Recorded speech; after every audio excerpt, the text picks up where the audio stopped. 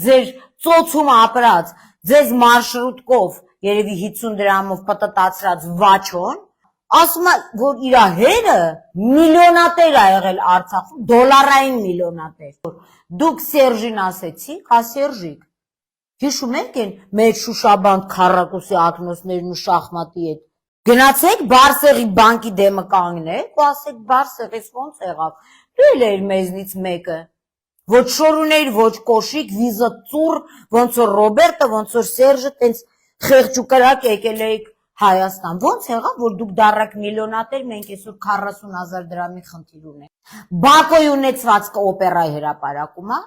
Արկադի Ղուկասյանի տունը օպերայի հրապարակում չի, Պռոշյանի վրա է։ Բակոյի ունեցվածքը Կրասնոդարում է, Ռոստովում է ու Երևանում է։